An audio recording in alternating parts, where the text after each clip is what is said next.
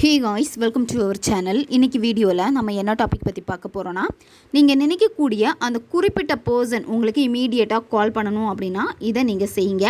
இந்த சிம்பிளை நீங்கள் இடது கையில் வரைஞ்சி முடிக்கிறதுக்குள்ளாடி யாருக்காக செஞ்சீங்களோ அந்த பர்சன் உடனே உங்களுக்கு கால் பண்ணிவிடுவாங்க. நம்ம வீடியோக்குள்ளாடி போக முன்னாடி நம்ம சேனலை நீங்கள் இதான் ஃபஸ்ட் டைம் பார்க்குறீங்கன்னா மறக்காமல் சப்ஸ்கிரைப் பண்ணிக்கோங்க. பக்கத்தில் இருக்கக்கூடிய பெல் பட்டனையும் கிளிக் பண்ணிக்கோங்க.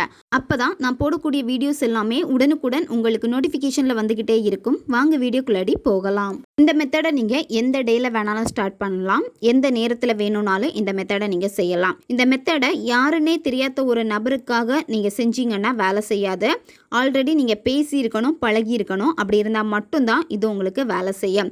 உங்களுடைய நண்பர்களுக்காக இதை நீங்கள் பயன்படுத்தலாம். ரிலேஷன்ஷிப்பில் பிரச்சனை பேசாமல் இருக்கீங்க அப்படின்னா அந்த நபர் உங்களுக்கு கால் பண்ணணும்னா நீங்கள் இதை செய்யலாம்.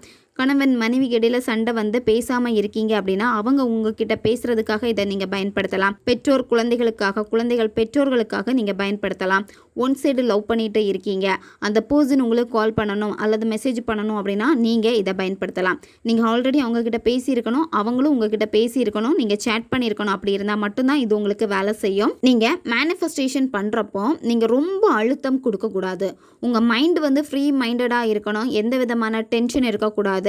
நீங்கள் ரொம்ப சேடாக இருக்கக்கூடாது, ஹாப்பியாக இருக்கணும். அந்த பர்சன் உங்களுக்கு கால் பண்ணிட்டாங்க அந்த ஒரு ஃபீலை கொடுத்து நீங்கள் பண்ணுறப்ப தான் வேலை செய்யும்.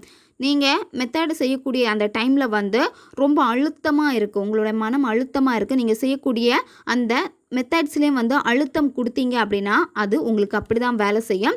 அதனால் ரொம்ப லேஸாக உங்கள் மைண்டை வச்சுட்டு ரொம்ப ஹாப்பியான ஒரு மைண்ட் செட்டில் நீங்கள் கரெக்டாக பண்ணீங்க அப்படின்னா 100% உங்களுக்கு வேலை செய்யும். அமைதியான ஒரு பிளேஸை சூஸ் பண்ணிக்கோங்க. யாருமே உங்களை டிஸ்டர்ப் பண்ணக்கூடாது. எந்த நேரத்தில் வேணும்னாலும் இதை நீங்கள் செய்யலாம். மெத்தடு செய்ய போகிறதுக்கு முன்னாடி ப்ரீத்திங் எக்ஸசைஸ் நீங்கள் பண்ணணும். ஒரு 10லேருந்து 15 வாட்டி மெதுவாக மூச்சை ஆழமாக உள்ளே இழுத்துட்டு வாய் வெளியே மூச்சை மெதுவாக வெளியே விடுங்க. இந்த மாதிரி நீங்கள் செஞ்சதுக்கப்புறமா மைண்டு ரொம்ப லேஸ் ஆகும். அதுக்கப்புறமா கொஞ்ச நேரம் கண்களை மூடிட்டு அந்த பர்சன் கிட்டே இருந்து உங்களுக்கு கால் வர மாதிரி நீங்கள் விசுவலைசேஷன் பண்ணணும்.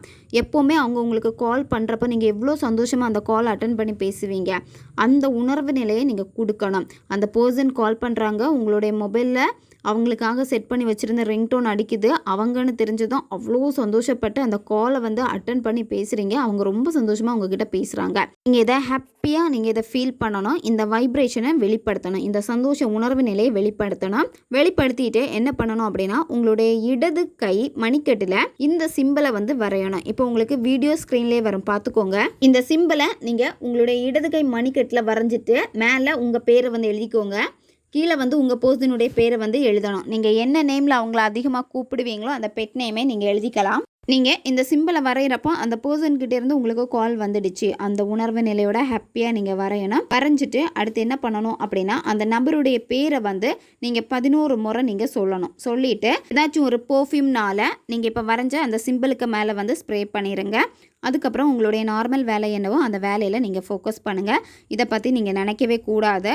இதை பற்றி நீங்கள் நினச்சிட்டே இருந்தீங்க அப்படின்னா ஒரு அழுத்தம் கொடுக்க ஆரம்பிப்பீங்க. அவங்க எப்போ கால் பண்ணுவாங்க, எப்படி கால் பண்ணுவாங்க, இதெல்லாம் எப்படி நடக்கும். ஸோ இந்த மாதிரி ஒரு டவுட்டோடு இருந்தீங்கன்னா வேலை செய்யாது.